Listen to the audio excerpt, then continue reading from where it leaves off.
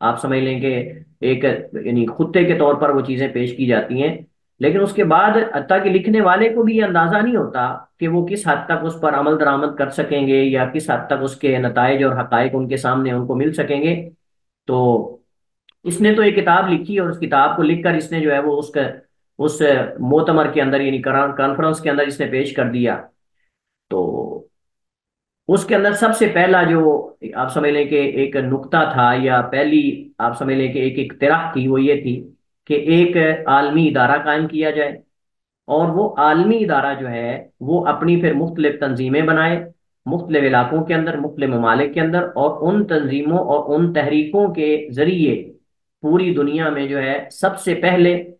یہ صہیونی جو تحریک ہے انتہائی خطرناک تحریک ہے۔ اس پہ انشاءاللہ ہم تفصیل سے بات کریں گے، صہیونی اور ان کے عقائد نظریات پر،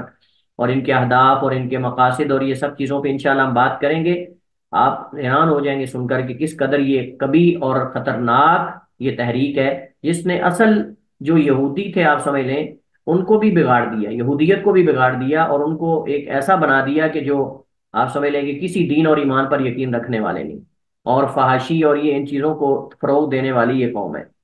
اور اکثر جو آپ سمجھ لیں کہ فحش قسم کی ویڈیوز اور اس طرح کی چیزیں بناتے ہیں وہ زیادہ یہی لوگ ہوتے ہیں صہیونی تحریک سے وابستہ، اور یا ان کے ذریعے یہ کرواتے ہیں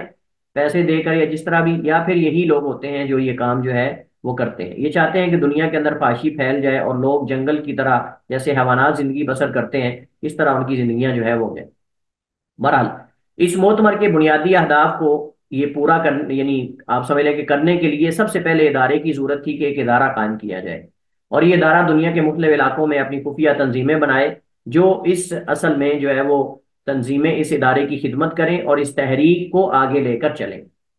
ان اہداف کو پورا کرنے کے لیے انہوں نے برطانیہ کو اپنا حلیف بنایا، جو امت مسلمہ میں فساد پیدا کرنے کے لیے ان سے میل جول اور متفق رائے رکھتا تھا۔ اس وقت یعنی برطانیہ کا بھی آپ سمجھ لیں کہ یہی ہدف تھا کہ دنیا کے مختلف جو لوگ ہیں ان کے عقائد کو خراب کیا جائے، خصوصاً جو عالم اسلام ہے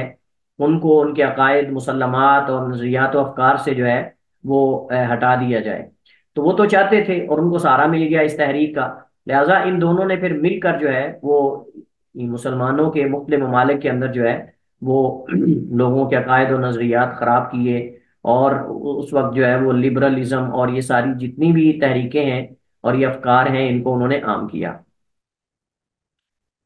1917 کو جو ہے وہ برطانیہ کے سربراہ اور وزیر خارجہ نے یہ اعلان کیا کہ برطانوی حکومت یہود کو ان کے قومی حق ہونے کے سبب فلسطین میں رہنے کی اجازت دیتی ہے۔ اب یہ دیکھیں آپ کے ابھی چند ملاقاتیں ہوئیں تو اس کے بعد تحریک کتنی تیز تھی یہ صہیونیوں کی، کہ آپ دیکھیں کہ چند میٹنگز اور چند ملاقاتوں کے اندر ہی جناب برطانیہ کے وزیر خارجہ اور جو سربراہ ہیں وہ اعلان کر رہے ہیں کہ جی یہود جو ہے یہ ان کا قومی حق ہے، لہٰذا ان کو فلسطین میں رہنے کی اجازت جو ہے وہ دی جائے، اور انہیں یہ حق دلوانے کے لیے وہ اپنی فل کوشش کریں گے۔ یہ انہوں نے باقاعدہ یہ بات کی کہ ہم ان کو ان کا قومی حق دلوانے کے لیے ہم جو ہے وہ بھرپور کوشش کریں گے، ہم اس کی بھرپور کوشش کریں گے۔ اب اس اعلان کے بعد یہود تیزی سے فلسطین میں جمع ہونے لگے، اور ساتھ ہی جب برطانیہ نے یہود کے مطالبات کو پورا کرنے میں اپنے آپ کو کمزور دیکھا تو درمیان میں امریکہ کو گھسا دیا، اور خود تتر بتر ہو گئے، ادھر ادھر پھیل گئے، یعنی خود سائڈ پہ نکل گئے، اور انہوں نے امریکہ کو کہا کہ اب تم آ جاؤ آگے، تم یہ کام جو ہے وہ کرو، ہم تو سائڈ پہ جا رہے ہیں۔ تو آپ دیکھیں کہ انہوں نے پہلے سب سے ایک ہدف طے کیا،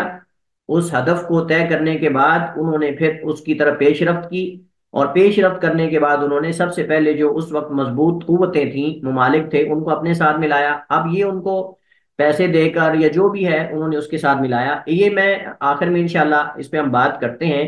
کہ یہ یہودی جو صہیونی ہے، یعنی اس وقت جو اسرائیل نام کی ریاست بنا کر بیٹھے ہوئے ہیں، یہ اپنے آپ کو بنی اسرائیل کہتے کیوں ہیں؟ کیوں اپنے آپ کو یہ اصل یہود وہ بنی اسرائیلی کہتے ہیں؟ اصل ان کے اہداف کیا ہے؟ اس پہ انشاءاللہ ہم جو ہے وہ بات کریں گے، اس پہ انشاءاللہ ہم جو ہے وہ بات کریں گے۔ تو اصل میں یہ نصارہ کو انہوں نے اس طریقے سے ساتھ ملایا کہ جی اصل میں ہم بھی اصل میں جو ہے نا وہ یعقوب علیہ الصلوۃ والسلام کی اولاد سے ہیں، اور جو تورات اور عہد قدیم کے اندر جو وعدے کیے گئے ہیں ان وعدوں کے مصداق ہم ہیں، اور اس کے اندر ایسی چیزیں ذکر کر کے ان کو اپنے ساتھ ملاتے ہیں۔ 29 نومبر 1947 میں امریکہ نے فلسطین کے یہود اور مسلمانوں کے مابین منقسم ہونے کا باقاعدہ اعلان کیا۔ امریکہ جو ہے یہ لالا، اس نے جو ہے وہ باقاعدہ اعلان کیا فلسطین ایک الگ ریاست ہے اور اس کو تسلیم کیا جائے گا۔ اور یہ باقاعدہ اعلان کب ہوا؟ یہ 1947 میں 29 نومبر کو یہ اعلان ہوا۔ مئی 1948 میں یہود نے اپنی علیحدہ حکومت قائم ہونے کا اعلان کر دیا، یعنی امریکہ نے یہ پہلے اعلان کیا،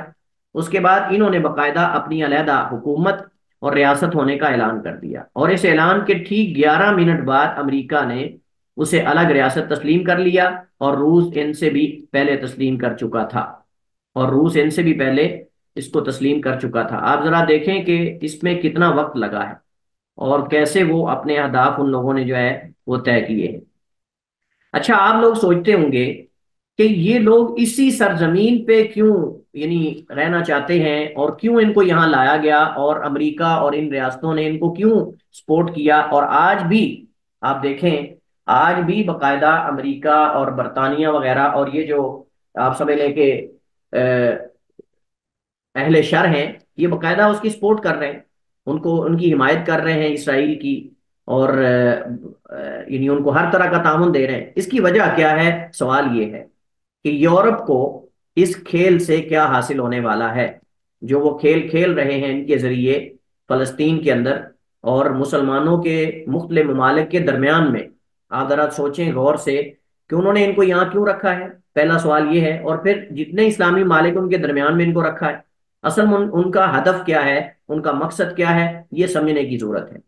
تو اس میں 2 پوائنٹ میں نے ذکر کیے ہیں۔ سب سے پہلا ان کا مقصد یورپ کا اس یہودی تحریک کو، جو صہیونی ہے، ان کو ارض فلسطین میں رکھنے کے 2 مقاصد بنیادی ہیں۔ پہلا مقصد ان کا یہ ہے کہ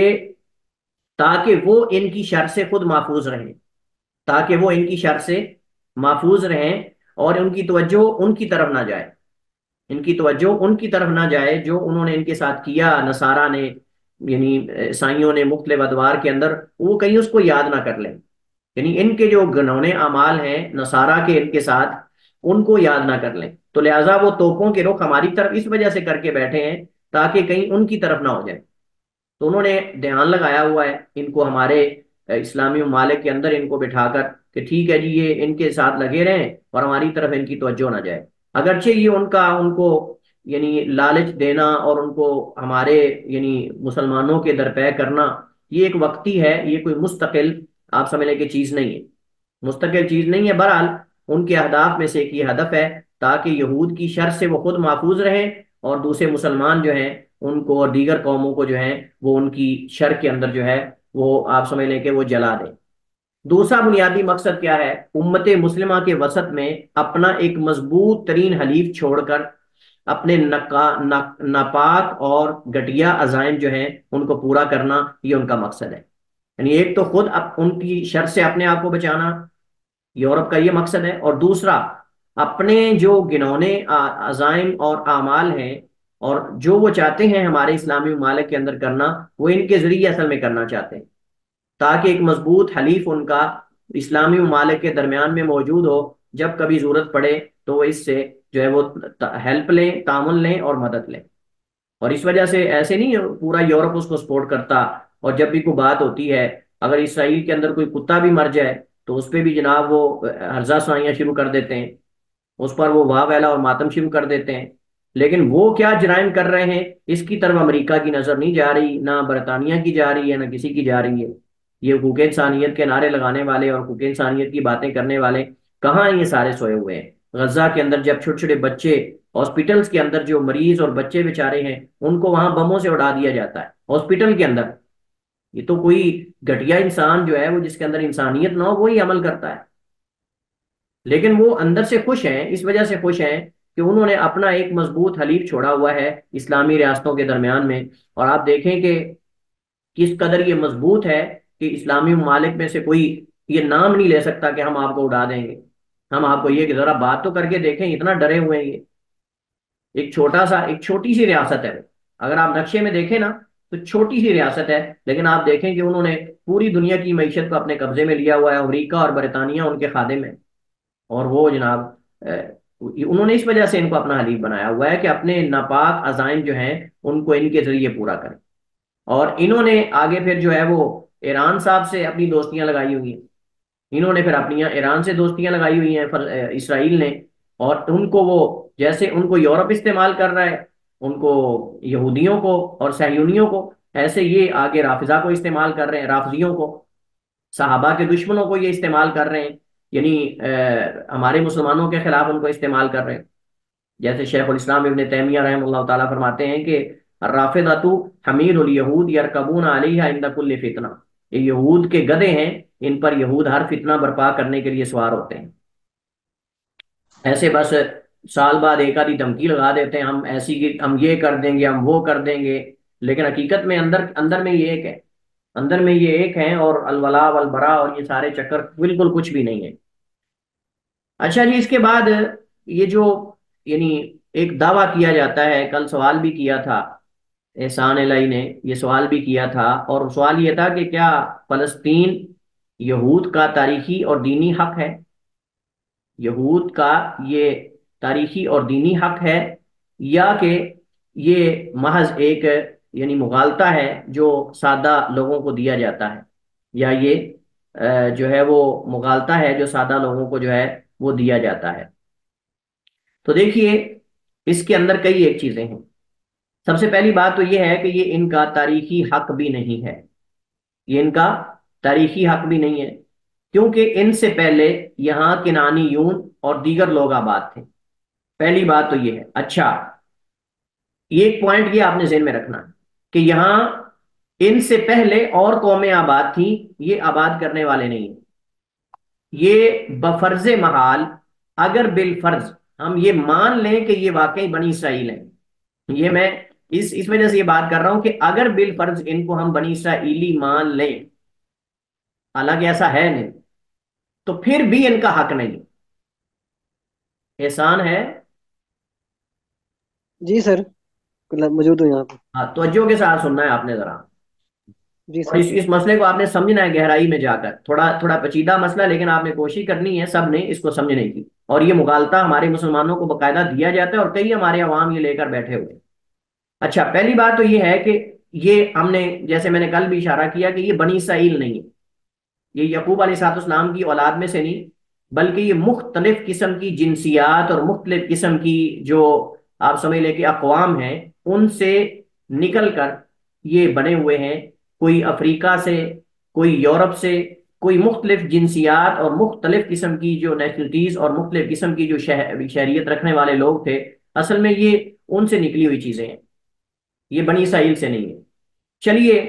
ہم ان کے بقول یہ چونکہ دعویٰ کر رہے ہیں، ہم ان کے بقول اگر ان کو یعقوب علیہ الصلوۃ والسلام کی اولاد یا بنی اسرائیل مان بھی لیتے ہیں، تو پھر بھی یہ کوئی فلسطین کو آباد کرنے والے نہیں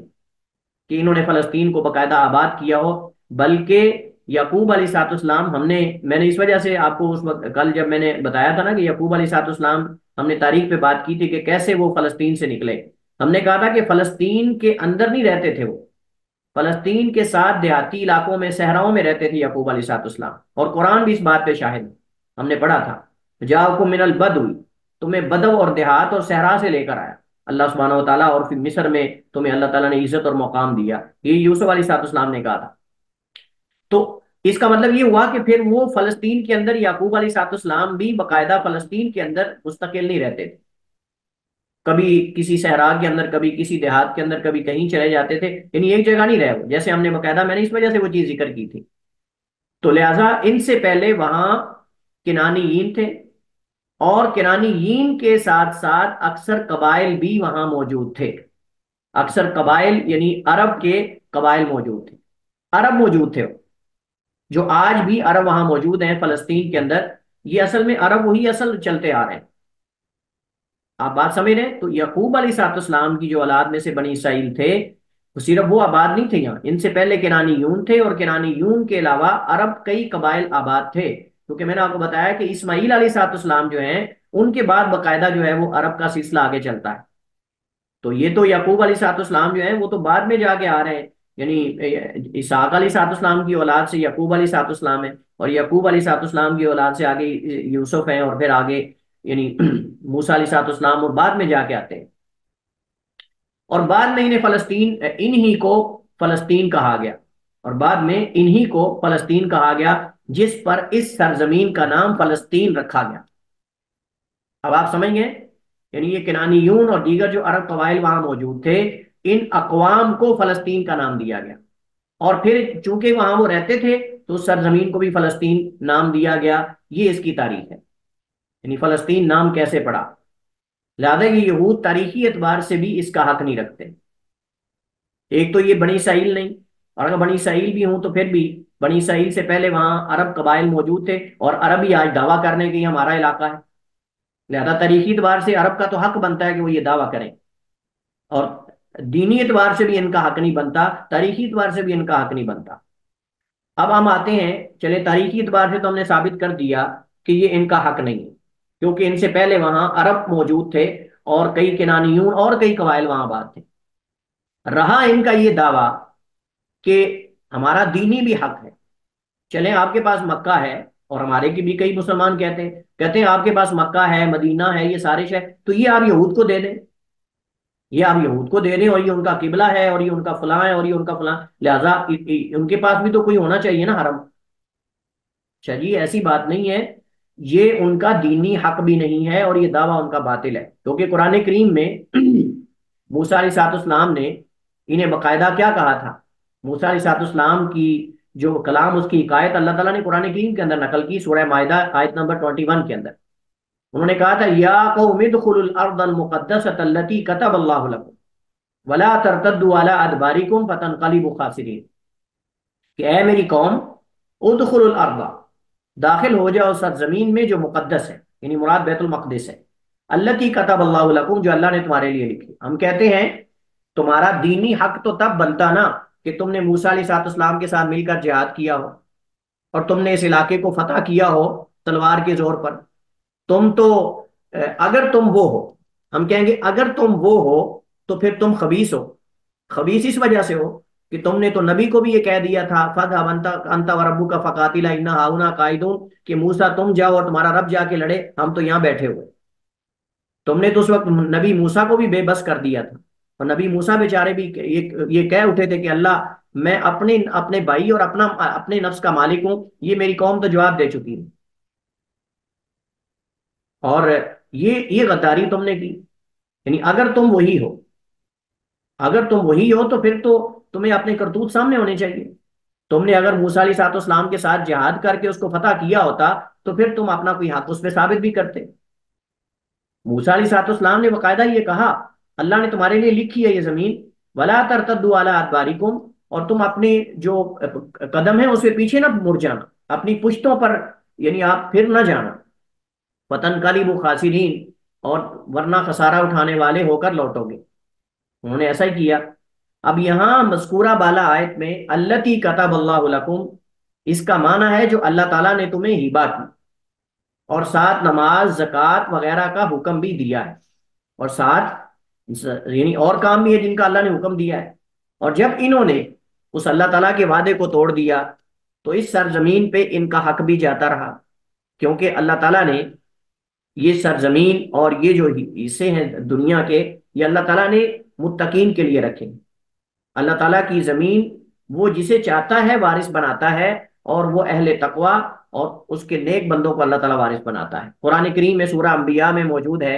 اور یہ صرف قرآن کے اندر نہیں ہے، یہ پہلی کتابوں کے اندر بھی موجود ہے، اور ان کو ماننا پڑے گا اگر واقعی یہ دعویٰ کرتے ہیں تو۔ وَلَقَدْ كَتَبْنَا فِي الزَّبُورِ مِن بَعْدِ الذِّكْرِ أَنَّ الْأَرْضَ يَرِثُهَا عِبَادِيَ الصَّالِحُونَ۔ اب ان کو بتائیے ذرا کہ یہ کیا کہہ رہا ہے، اللہ سبحانہ وتعالیٰ کیا فرما رہے ہیں۔ یہ زبور کے اندر ہے، اس کا مطلب زبور کے اندر ہے، اور زبور جو ہے وہ ان کی کتابوں کا حصہ ہے،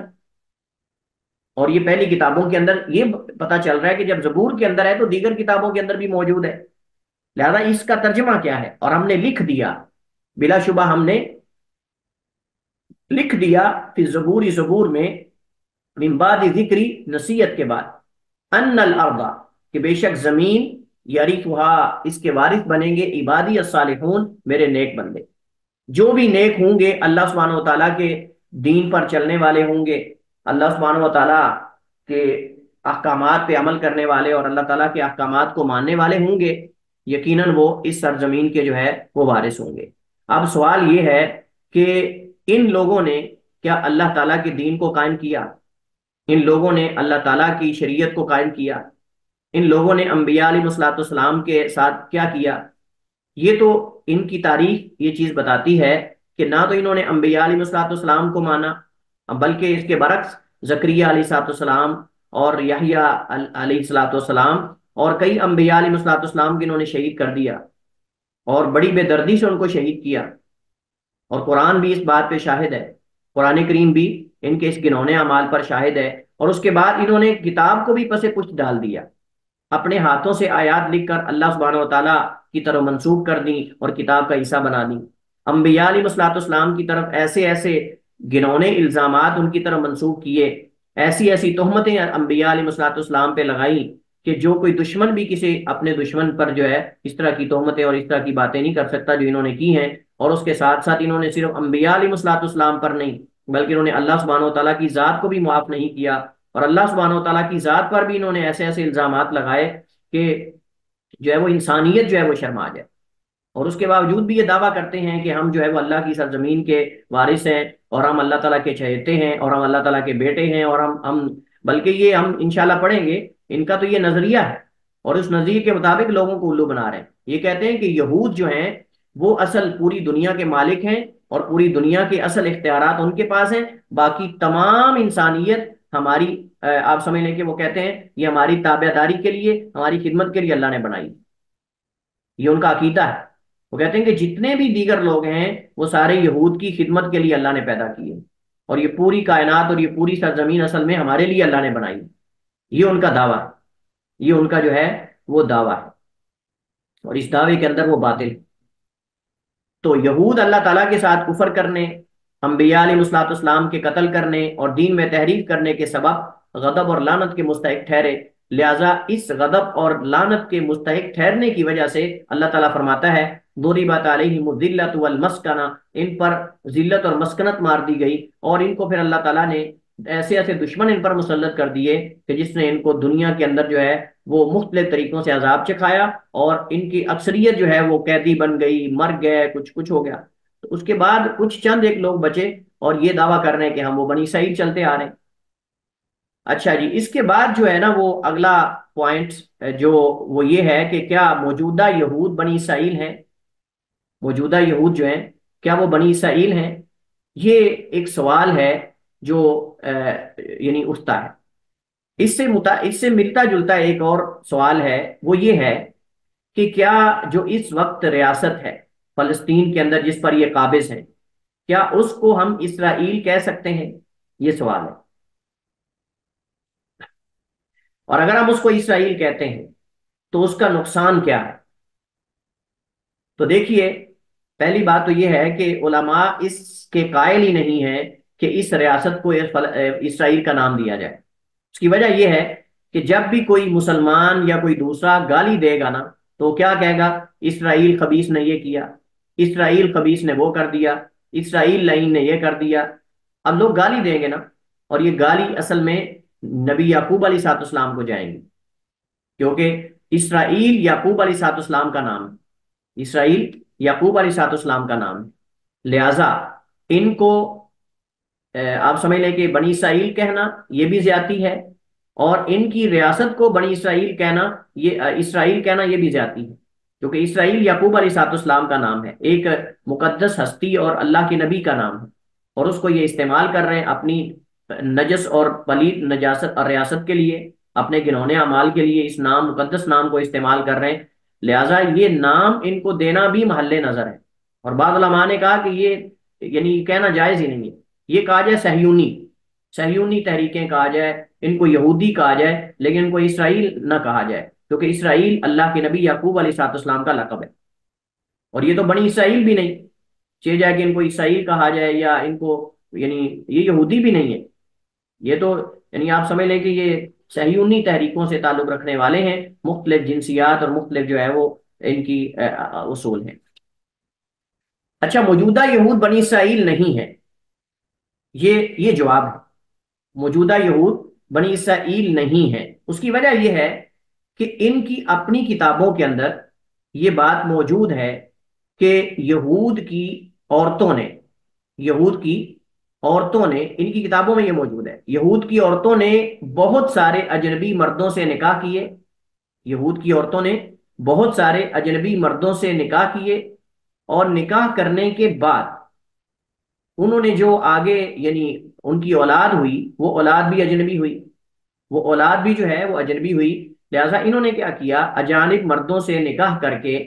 وہ جو پیدا ہونے والے بچے ہیں، ان کی اولادوں کی اولادیں آگے ان کو سلیمان علیہ الصلوۃ والسلام کی طرف جو ہے وہ منسوب کر دیا، ان کو سلیمان علیہ الصلوۃ والسلام کی طرف جو ہے وہ منسوب کر دیا، اور باقاعدہ حقیقت میں ان کی اصل یا تو ترکی ہیں، یا پھر جو ہے افریقی ہیں، یا پھر جو ہے وہ قزوینی ہیں،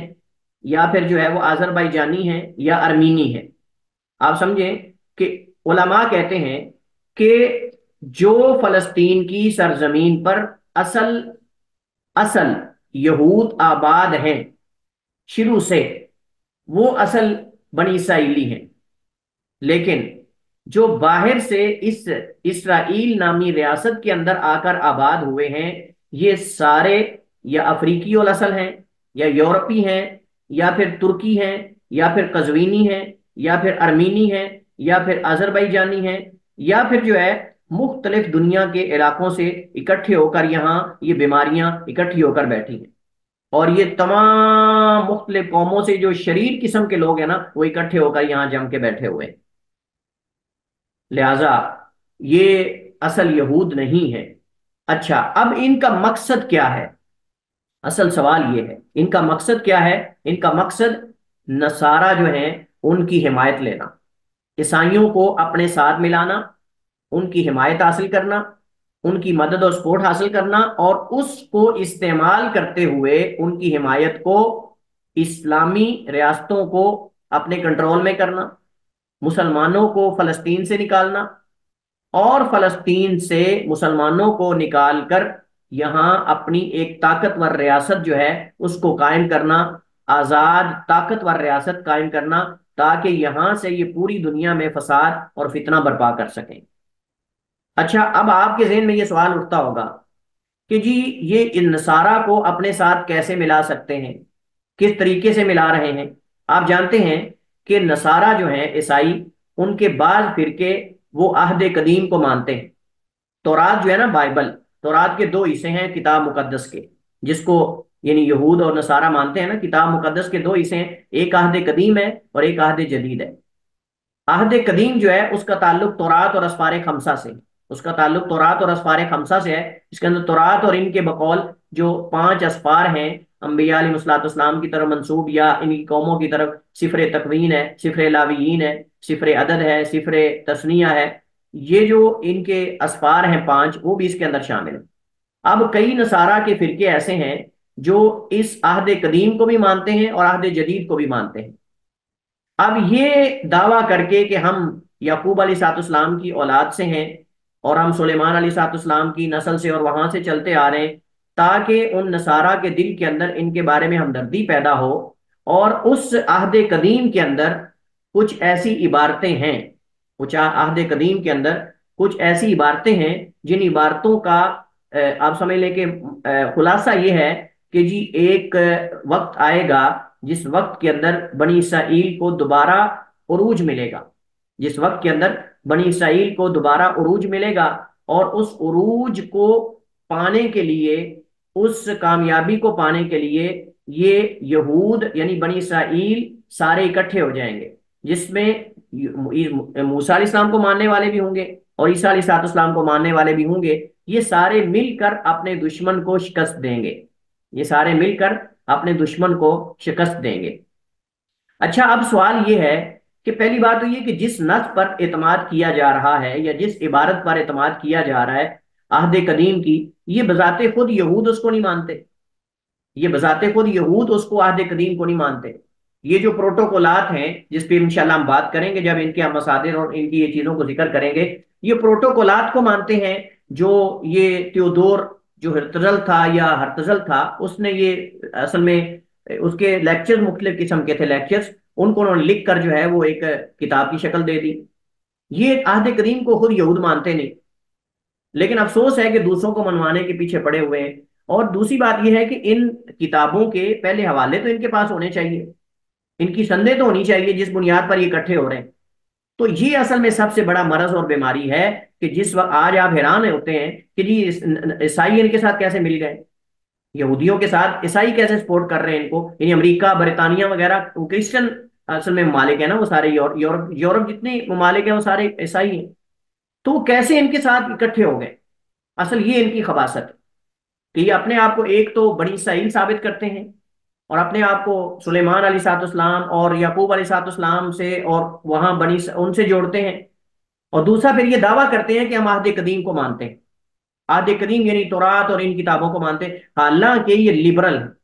حالانکہ یہ بے دین اور ملحد قسم کے آدمی ہیں، ان کا کسی دین سے کوئی تعلق نہیں، لیکن یہ دھوکہ دے رہے ہیں اصل میں نصارہ کو اپنے ساتھ ملانے کا، چونکہ نصارہ عہد قدیم پر بھی ایمان لاتے ہیں اور عہد جدید پر بھی۔ عہد قدیم بمانا یعنی تورات اور اس سے ملحقات جو ہیں ان پر بھی، اور انجیل اور اس کے ملحقات پر بھی وہ ایمان لاتے ہیں، اور یہ ان کو دھوکہ دے رہے ہیں، ان کو کہہ رہے ہیں کہ وہ جو عہد قدیم کے اندر یہ جو پیشین گوئیاں کی گئی ہیں نا، پیش گوئیاں کی گئی ہیں کہ قرب قیامت دوبارہ بنی اسرائیل کو اللہ عروج دے گا، اور یہ فلسطین کے اندر اکٹھے ہوں گے اور پھر اپنے دشمن کو نیست و نابود کر دیں گے، اور یہ کر دیں گے وہ کر دیں گے، یہ وہ دور آ چکا ہے، اب ہمارے ساتھ مل جاؤ۔ لیکن یہ بیچارے، ہم ان کو بیچارے اس وجہ سے کہہ رہے ہیں کہ یہ عقل کے اندھے ہیں، بے وقوف ہیں۔ اللہ سبحانہ و تعالیٰ ان کو اکٹھا کر رہا ہے ارض فلسطین میں ان کو جوتے پڑوانے کے لیے، تاکہ دنیا میں جہاں کہیں یہ خبیث اور شریر موجود ہیں یہاں اکٹھے ہو جائیں اور ایک ہی دفعہ ان کا خاتمہ، اور انشاءاللہ ہوگا،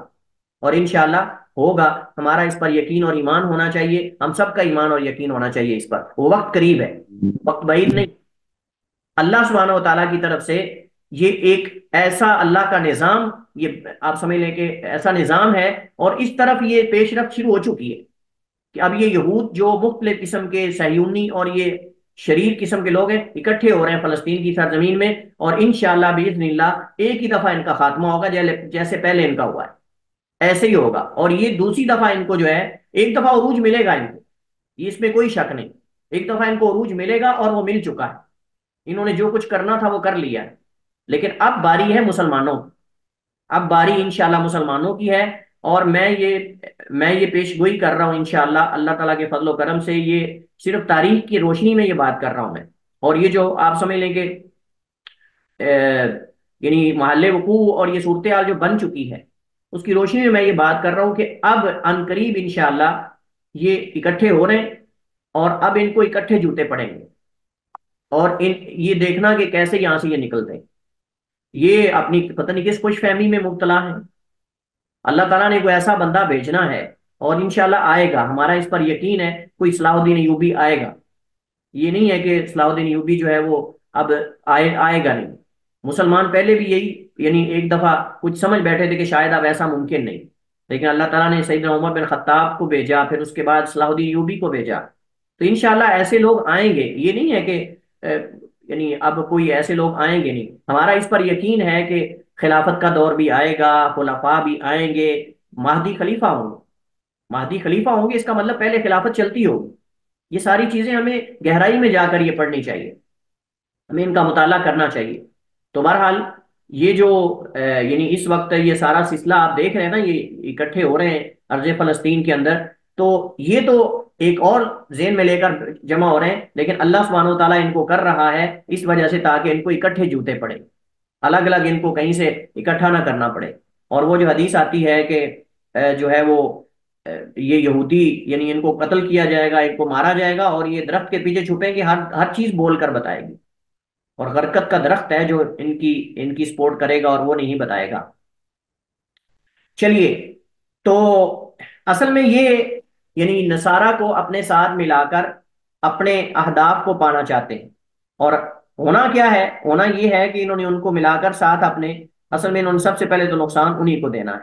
سب سے پہلے انہوں نے انہی کو نقصان دینا ہے، اور یہ ان کی شکلیں اور ان کی جو آپ سمجھ لیں کہ وضاحت ہے اس سے پتہ چلتا ہے کہ یہ اصل بنی اسرائیل نہیں ہے، بلکہ یہ مختلف جو جنسیات ہیں، مختلف قسم کے جو نسلیں ہیں، ان سے مل کر یہ بنے ہیں۔ آپ نے دیکھا ہے جیسے وہ آج کل نسلیں بن رہی ہیں نا جانوروں کی، بکروں کی کتنی ہیں، اور پھر آگے یعنی کتوں کی کتنی نسلیں ہیں، تو یہ پتہ نہیں کس کس نسل سے نکلے ہیں۔ حقیقت میں یہ بنی اسرائیل سے ان کا کوئی تعلق نہیں ہے۔